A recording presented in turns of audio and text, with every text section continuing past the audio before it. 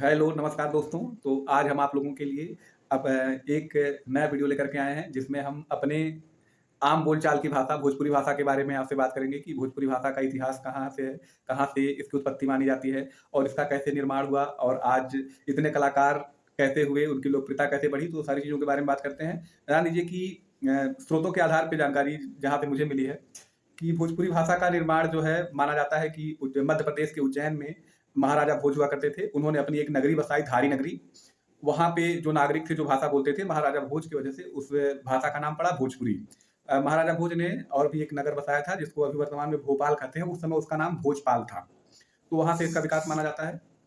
Bhojpuri cinema का निर्माण हम आपसे बताएँ मित्रों कि डॉक्टर राजेंद्र प्रसाद, जो भारत के प्रथम राष्ट्रपति थे, उन्हीं के आग्रह से पहली भोजपुरी फ़िल्म बनी भोजपुरी सिनेमा में 1963 में बनी, गंगा मैया तुहें चुनरी चढ़ई में। ये वाली मूवी पहले बनी थी, उसमें नाज़िर हुसैन थे। विश्वनाथ शाहबादी उसके निर्देशक थे। ये मूवी पहली पहली भोजपुरी सिनेमा की मूवी बनी थी। उसके बाद इसकी लोकप्रियता आप जान ही रहे हो। ये धीरे-धीरे और काफ़ी मूवियाँ बनी, कई कलाकार हुए जो प्रचलित हुए, जो पहले बिरहा गाते थे, जैसे मनोज तिवारी हो गए, पवन सिंह हो गए और खेसारी लाल यादव, रवि किशन और काफ़ी भी छोटे-छोटे भी कलाकार हैं और कलाकार कोई छोटा नहीं होता है। तो लोकप्रियता आप जान ही रहे हो। अब काफ़ी कलाकार ऐसे भी हैं कि जो अब इस समय राजनीति में भी आ गए हैं, भोजपुरी भाषा का विकास कर रहे हैं। वर्तमान में भोजपुरी तो आप जान ही रहे हो, पूरे भारत में बोली जा रही है, क्योंकि वही का मुख्यतः ये उत्तर प्रदेश, बिहार, झारखंड इन सब में बोली जा रही है। हाँ, राजेंद्र प्रसाद ने आग्रह क्यों किया था ये भी जान लीजिए, क्योंकि राजेंद्र प्रसाद भी भोजपुरी बोलते थे। वो बिहार के सीवान से थे, है ना? इसीलिए उन्होंने भोजपुरी सिनेमा बनाने के लिए आग्रह किया। उनका भी लगाव था अपनी भाषा से, तो हम सबका भी लगाव है भोजपुरी भाषा से।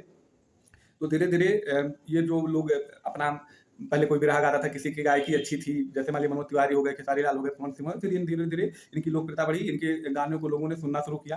तो ये धीरे-धीरे बड़े कलाकार बने, फिर राजनीति में भी आए। आप जान ही रहे हो कि रवि किशन शुक्ला जी हैं, गोरखपुर से सांसद हैं, मनोज तिवारी जी दिल्ली से सांसद हैं, दिनेश लाल यादव को भी आप जान ही रहे हैं, निरहुआ जी को, खेसारी लाल यादव अभी छपरा से बिहार में चुनाव लड़ रहे हैं। तो धीरे-धीरे ये लोग भी भोजपुरी भाषा की लोकप्रियता को बढ़ा रहे हैं।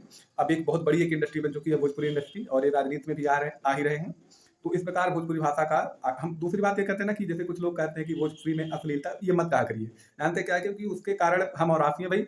जैसे हम भोजपुरी गाने आ रहे हैं तो उसको सुन भी हम ही रहे हैं। हम ही अब आप जो है शादी विवाहों में जो है गाना भी वही बजा रहे हैं, तो फिर ये नहीं कर सकते हैं ना, क्योंकि उसको सुनने वाले हम ही। अगर हम ना सुने, उसको डिसलाइक करेंगे तो भई ऐसे गाने नहीं बनेंगे। तो भई जो कलाकार हैं वो तो भक्ति गाना भी बनाते हैं, लेकिन उसका व्यूज़ देख लीजिए और जो गाने वैसे आते हैं उसका व्यूज़ देख लीजिए, तो आप समझ रहे होंगे। तो आशा करता हूँ कि ये वीडियो आपको पसंद आया होगा। धन्यवाद।